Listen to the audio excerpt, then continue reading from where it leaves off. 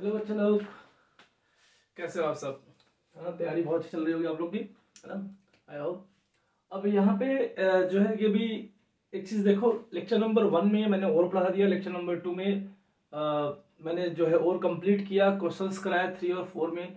Lecture number 5 में हमने जो है कंसंट्रेशन पढ़ लिया, कंसंट्रेशन कैसे करते हैं। तो और उसको निकालने के बाद उसमें जो गंदगी होती है उसको साफ करना, वो कहता है कंसंट्रेशन कहलाता है। कंसंट्रेशन के बाद क्या प्रोसेस है? कंसंट्रेशन कर लिया हम लोगों ने, कई सारे प्रोसेस देखे। लीचिंग बहुत इंपॉर्टेंट था, जेई एडवांस में बहुत अच्छा क्वेश्चन आया हुआ था उसके ऊपर बेटा। लेकिन अब सीन ये है कि कंसंट्रेशन करने के बाद अगला स्टेप क्या है। अगला स्टेप बेटा, अगर आप लेक्चर नंबर 1 देखा होगा तो मैंने स्टेप बाय स्टेप चीजें बताई है कि कब क्या पढ़ाने वाला हूं। अब मेन पार्ट आने वाला है, कहते हैं मेटलर्जी की जान जहां पे बसती है वो क्या है? एक्सट्रैक्शन। जहां मेटलर्जी पूरी तरह से डिपेंड है कि उसमें जो मेटल को एक्सट्रैक्ट करना है, कि अब और हमारा साफ हो चुका है, जो एक्सट्रैक्ट करना है, जो कोर पार्ट है पूरे चैप्टर का, कोर पार्ट वो ये है, सबसे लेंदी पार्ट है, कोर पार्ट है। और इसको हम 1 बाय 1 जो है पार्ट के कई पार्ट में सीखने वाले हैं। तो लेक्चर नंबर 8 जो आपके सामने है यहाँ पे, इसमें हम लोग सबसे पहले ये बात समझेंगे कि कैसे एक्सट्रैक्शन शुरू होता है। आफ्टर द कंसंट्रेशनिंग या ड्रेसिंग करने के बाद कैसे जो है एक्सट्रैक्शन होता है, एक्सट्रैक्शन होने के प्रोसेसेस क्या है, ठीक है। तो स्टेप वन क्या है बेटा? अब कंसंट्रेटेड ओर से जो आपका क्लीन ओर है, उस ओर से जो है कैसे जो है हमें ऑक्साइड बनाना है, क्या करना है, कैसे प्रोसेस है, पूरा प्रोसेस देखो आप बेटा। स्टेप वन बोलता है कन्वर्ट ओर इन ऑक्साइड।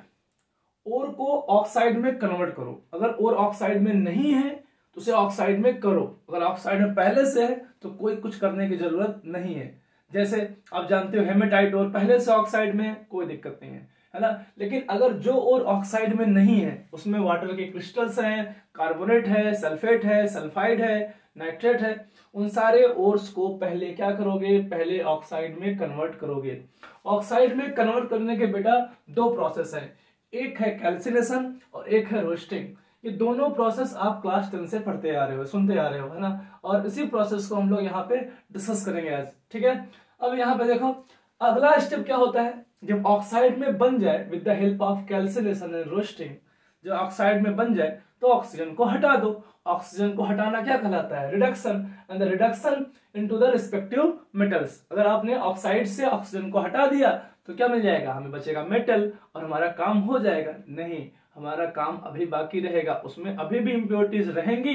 तो हमारा अगला स्टेप आ जाता है रिफाइनिंग, है ना। अलग अलग टाइप की रिफाइनिंग होती है, फिर रिफाइनिंग हम लोग कंप्लीट करेंगे, ठीक है। इस तरह से हम लोग 1 बाय 1 चीजें को पढ़ने वाले हैं। सबसे पहले बेटा अब बात आती है कैल्सिनेशन की। कैल्सिनेशन है क्या, है ना, किसके लिए यूज करते हैं? तो ये बात आपको नोट करना है। क्लास 10 में भी आपने पढ़ा है, लेकिन अभी क्लास 12 के लिए, जेई के लिए और नीट के लिए इंपॉर्टेंट है। तो आप देखो यहाँ पे ores is heated to a high temperature just below the fusion. मतलब फ्यूजन से पहले, मोल्टन होने से पहले, ठीक है।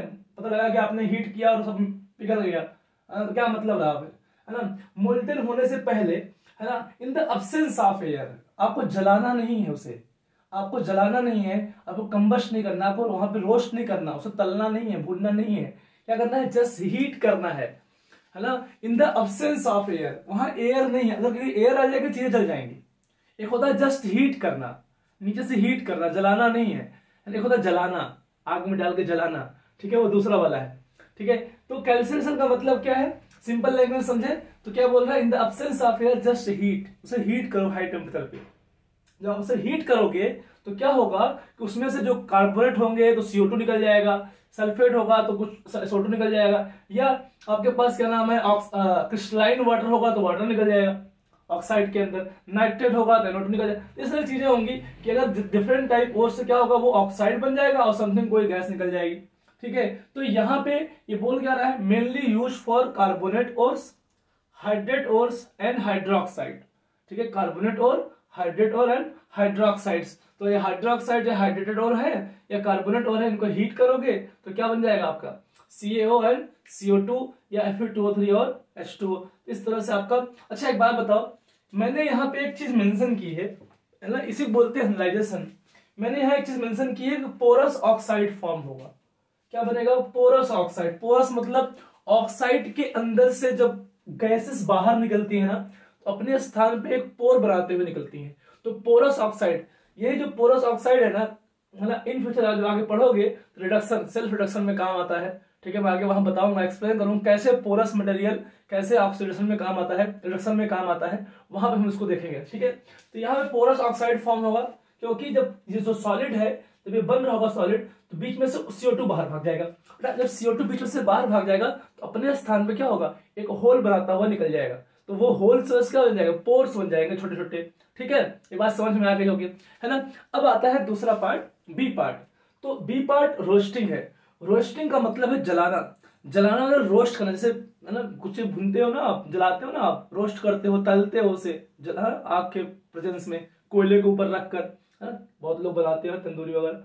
ठीक है, अब यहाँ देखो, तो रोस्टिंग का मतलब क्या है, अच्छा रोस्टिंग लिखा हो गया, इसको रोस्टिंग कर दो, थोड़ा सा इसमें चेंज कर दो, रोस्टिंग। ठीक है, तो रोस्टिंग देखो, तो रोस्टिंग क्या है, रोस्टिंग का मतलब ये हुआ बेटा कि यहाँ पर ore is heated to a high temperature in the presence of excess of air. क्या बोल रहा है यहाँ पे बेटा, एक्सेस ऑफ एयर।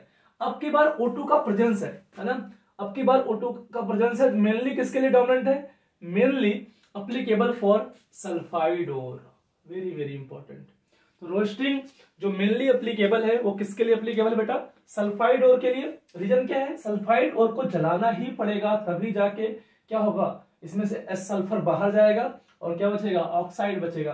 तो जितने भी सल्फाइड ओर होते हैं, चाहे आपका ठीक है गलीना हो, PbS हो, चाहे आपका Cu2S हो, है ना, इन तरह के जितने भी आपके सल्फाइड ओर्स हैं, जिटनेस हो, सभी सल्फाइड ओर को, है ना, पहले आपको O2 के प्रेजेंस में रिएक्शन कराना पड़ेगा, एक्सेस ऑफ एयर के प्रेजेंस में, और यहाँ पे क्या बनेगा, ऑक्साइड बनेगा और SO2 गैस निकलेगी, है ना। और ये SO2 गैस जो है जब यहाँ से निकलेगी तो पोरस प्रोडक्ट फॉर्म करेगी। मैंने कहा था जब भी O2 गैस, SO2 गैस बड़ी गैस से निकलती हैं तो सॉलिड के अंदर, ऑक्साइड के अंदर पोर्स बनाती हुई जाती हैं, और ये जो पोर्स बनता है ये आगे चल के सेल्फ रिडक्शन में काम आएगा।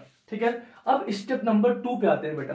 स्टेप नंबर अगर 2 पे आए, स्टेप नंबर 1 तो आपका हो गया, है ना, कैल्कुलेशन और रोस्टिंग आपका खत्म हो गया। ठीक है, अब स्टेप नंबर 2 पे अगर आए, स्टेप नंबर 2 में बेटा क्या सीन है कि स्टेप नंबर 2 की बात करें अगर, स्टेप नंबर 2 में क्या हो रहा है, रिडक्शन हो रहा है, रिडक्शन हो रहा है बेटा। तो रिडक्शन होने के कई तरीके हैं, जैसे with the help of carbon reducing agent लगाता हूँ, कार्बन लगा दिया, कार्बन मोनोऑक्साइड लगा दिया, तो ऐसे बहुत सारे तरीके का रिडक्शन है, या इलेक्ट्रोलाइटिक रिडक्शन हो गया, या थर्माइट रिडक्शन हो गया, ऐसे बहुत टाइप के रिडक्शन जो हम करते हैं। स्टेप 2 रिडक्शन करने के बहुत प्रोसेस है। ठीक है, एक तो हो गया कार्बन रिडक्शन, जिसको आप, है ना, कार्बन रिडक्शन या जितने रिडक्शन आप जानते हो, है ना, कार्बन रिडक्शन, है ना, कार्बन रिडक्शन हो गया, कार्बन मोनोऑक्साइड रिडक्शन हो गया, है ना, with the help of carbon, with the help of carbon monoxide, है ना। यहाँ पे हम लोग एक नाम और यूज करते हैं, स्मेल्टिंग। स्मेल्टिंग वर्ड हम लोग यहाँ पे यूज करते हैं। स्मेल्टिंग क्या है ना, ये टर्म यूज किया जाता है जेईई मेंस में, नीट में, एडवांस में। स्मेल्टिंग का मतलब क्या है, ठीक है, ये बात समझेंगे, है ना, नेक्स्ट क्लास में हम लोग ये सारी बात समझेंगे, कार्बन रिडक्शन पूरा प्रोसेस समझेंगे। ठीक है, इसके अलावा यहाँ पे हम लोग सेल्फ रिडक्शन पढ़ेंगे, सेल्फ रिडक्शन पढ़ेंगे कैसे, है ना, कैसे जो है आपका सेल्फ रिडक्शन होता है, कि यही पोरस ओर्स जो है रिड्यूस करना चालू करता है। तो आपको समझ में आया, यही ओर्स ही आपस में रिड्यूस करना चालू कर देते हैं। तो सेल्फ रिडक्शन हम लोग यूज देखेंगे, है ना। इसके अलावा हम लोग क्या करेंगे इसमें हम लोग, ठीक है, स्मेल्टिंग का मतलब क्या होता है, हाई टेम्परेचर पर रिडक्शन होना। ठीक है, with the presence of temperature, high temperature भी है और रिडक्शन भी है, तो ओवरऑल उसे क्या बोलते हैं, स्मेल्टिंग बोलते हैं। ठीक है, थर्माइट रिएक्शन देखेंगे, थर्माइट रिडक्शन, थर्माइट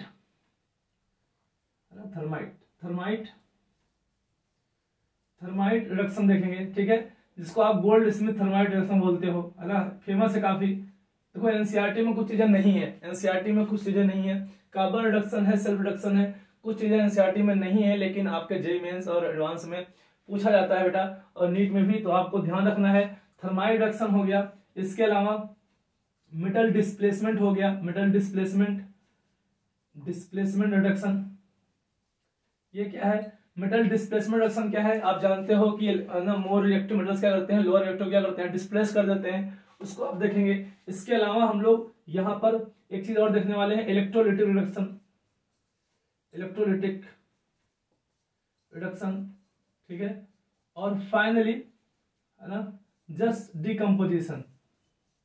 हम लोग डिकम्पोजिशन का मतलब ये हो, कोई ऑक्साइड होगा उसको डायरेक्टली हीट करके क्या करेंगे, मेटल निकाल लेंगे, डिकम्पोज कर लेंगे without reduction, without any agent, बिना किसी एजेंट से ही उसमें ऑक्सीजन उसमें से है ना निकाल देंगे। तो भी एक तरह का रिडक्शन ही है, तो डिकम्पोज कर देंगे उसे, ठीक है, उसमें से ऑक्सीजन निकाल देंगे। सारे प्रोसेस तरीके हैं रिडक्शन के। रिडक्शन में हम लोग मेनली है ना आपके सारे प्रोसेस पढ़ेंगे। ये इंपॉर्टेंट इसलिए है बेटा क्योंकि पूछे जाते हैं thermal reduction, Goldsmith thermal reduction advance में पूछा गया है, ठीक है। ये सारे प्रोसेस आपको 1 by 1 पढ़ना है। तो लेक्चर नंबर जो इसके बाद होने वाला है उसमें हम सिर्फ क्या पढ़ेंगे, ये सारे रिडक्शन पढ़ने वाले, ठीक है। फ्लक्स क्या होता है, स्लैग क्या होता है, ठीक है, इम्प्योरिटीज क्या होती है, एसिडिक इम्प्योरिटीज क्या है, एसिडिक फ्लक्स क्या है, ये सारे टर्म्स मैं आपको बताऊंगा, है ना, आपको एक्सप्लेन करूंगा। लेक्चर छोटे छोटे पार्ट में है, फटाफट स्पीड से देखना है आपको और इसे कंप्लीटली नोट्स बनाने हैं बेटा। और जो पार्ट समझ में ना आए उसे कमेंट बॉक्स में मेंशन कर दो, मैं उसके ऊपर जो है लेक्चर्स बनाकर आपको समझा दूंगा, ठीक है। क्योंकि मेरा आपसे सामना तो अभी जल्दी हो नहीं पाएगा, तो अगर आप देखो, आप मुझे जब भी जहां देख रहे हो, जिस जगह पे हो आप, है ना, वहां से आप मुझे देख रहे हो, तो आपका एक तरीका जरिया यही है कि आप कमेंट बॉक्स में मेंशन कर दो सर मुझे ये पार्ट समझ में नहीं आया, एक बार फिर से एक्सप्लेन कर दो, या कोई आपको लगता है कुछ पॉइंट गलत हो गया है उसे मेंशन कर दो, तो मैं उसे देख कर करेक्ट कर दूंगा, ठीक है ना। तो लगता है क्योंकि ओबियस है ना, हम लोग ह्यूमन बीइंग है, गलतियां हो सकती हैं छोटी मोटी, तो ठीक है ना। इस तरह से बेटा तो मिलते हैं नेक्स्ट क्लास में। नेक्स्ट क्लास में बेटा मिलेंगे और है ना फाइट करते रहो, हार नहीं मानना है, खूब मेहनत करनी है बेटा, है ना। क्योंकि कहते हैं ना कि जब पढ़ना ही है तो ढंग से पढ़ा जाए, अच्छे से पढ़ा जाए और लाइफ को एक अच्छे लेवल पे, एक अच्छे स्तर पे लेकर जाया जाए। क्योंकि जीवन का स्तर जो है मेरा हमेशा से मानना है कि अपनी लाइफ को जो है एक हमेशा वैल्यूएबल पॉइंट तक पहुंचाना चाहिए, जहां तक आपको एक सेटिस्फैक्शन महसूस हो कि आप एक अच्छी जगह पहुंच गए हो, जहां से आए हो आप, है ना, जहां से, क्योंकि सबका बैकग्राउंड अलग अलग होता है, कोई अच्छे बैकग्राउंड से है, कोई जो है बहुत सारा पेन देखा है अपनी लाइफ में, तो हर चीजें होती हैं, हर चीजें जब होती है बेटा, तो ये सब चीजों से जो है मैं तो मानता हूँ सब संघर्ष का पार्ट है, सब कुछ संघर्ष है ना। जो आप देखते हो कि आपके पास पैसे नहीं है, फाइनेंशियल प्रॉब्लम है, या फैमिली इशू है ना, ये सारी तरह की चीजें जो है एक संघर्ष का पार्ट है। इसी से निकल के इंसान जो है बड़ा बनता है, और है ना। और आप एकदम देखना, जो लोग संघर्ष से गुजर रहे हैं, और जो संघर्ष, मैं कहता हूँ हर किसी की लाइफ में होना चाहिए संघर्ष, है ना, संघर्ष का पार्ट होना चाहिए, उससे इंसान निखर के सामने आता है, वो स्ट्रांग बनता है, वो सिचुएशन को झेलना आता है उसे, ठीक है बेटा। तो इस तरह से चलो हम लोग टॉपिक पे चलेंगे, टॉपिक पे जो है हम 1 by 1 पढ़ेंगे। अगले टॉपिक में हम लोग रिडक्शन पढ़ने वाले हैं, सारे प्रोसेस, ये सारे प्रोसेस मैं एक्सप्लेन करूंगा, carbon reduction, self reduction, thermal reduction, metal displacement reduction, आप कुछ जानते भी होंगे, और इनका फिर यूज करेंगे अलग अलग प्रोसेस में। जैसे मान लो आयरन के लिए अलग कौन सा यूज होगा, है ना, आयरन के लिए ब्लास्ट फर्नेसेस हम लोग यूज करेंगे, कॉपर के लिए हम लोग रिवर्बरेटरी फर्नेसेस यूज करेंगे। तो अलग अलग मेटल्स के लिए, जिंक के लिए हम लोग क्या यूज करेंगे, तो अलग अलग मेटल्स के लिए अलग अलग तरीके हैं उनको एक्सट्रैक्ट करने के, वो सारे प्रोसेस पढ़ेंगे बेटा 1 by 1, है ना, सारे प्रोसेस पढ़ेंगे, ठीक है। तो मिलते हैं नेक्स्ट क्लास में, नेक्स्ट लेक्चर में, ठीक है। उसमें हम लोग क्या पढ़ने वाले हैं, रिडक्शन पढ़ने वाले हैं, उसमें हम लोग फ्लक्स की बात करेंगे, उसमें हम लोग थोड़ा सा बड़ा लेक्चर बनेगा ये, है ना, थोड़ा स्लैग की बात करेंगे, और है ना इम्प्योरिटीज की बात करेंगे, ठीक है बेटा। चलो फिर मिलते हैं।